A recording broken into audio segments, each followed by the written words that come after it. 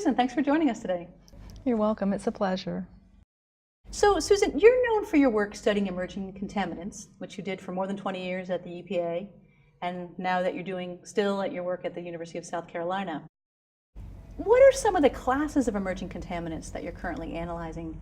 And are there any that would really surprise us to hear about? So right now we're still making our ongoing efforts with disinfection byproducts in drinking water, emerging DBPs that are formed in drinking water treatment. We're looking at the really toxic iodinated DBPs that are very important. Also nitrogen containing ones like haloamides that hardly anybody's measuring. These are things that aren't regulated but are toxic. And we're also starting to look at some other emerging environmental contaminants that are important for potable water reuse, where we're having either de facto reuse of our treated wastewater or indirect potable reuse, and that's becoming more and more important with water scarcity issues, drought issues, climate change, that kind of thing. And so looking into some other things like pharmaceuticals and perfluorinated compounds, nitrosamines, things like that as well, in addition to our other iodinated and nitrogen containing DBPs.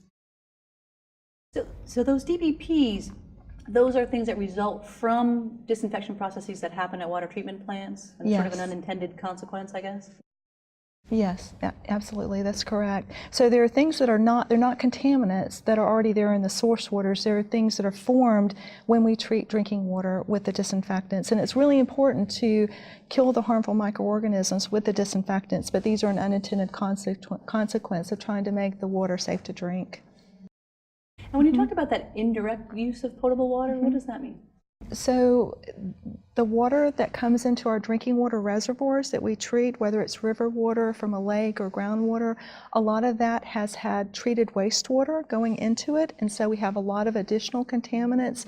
So the pharmaceuticals you might take, the metabolites or those parent pharmaceuticals can get excreted out, go into the wastewater treatment plant. Some of those are not completely removed. Can be other things too, and those can get into the drinking water reservoirs, and essentially we are reusing that treated wastewater in our drinking water. And are there other contaminants that might surprise people to hear about? For DBPs, we have identified a new class in desalinated water that's also treated with chlorine.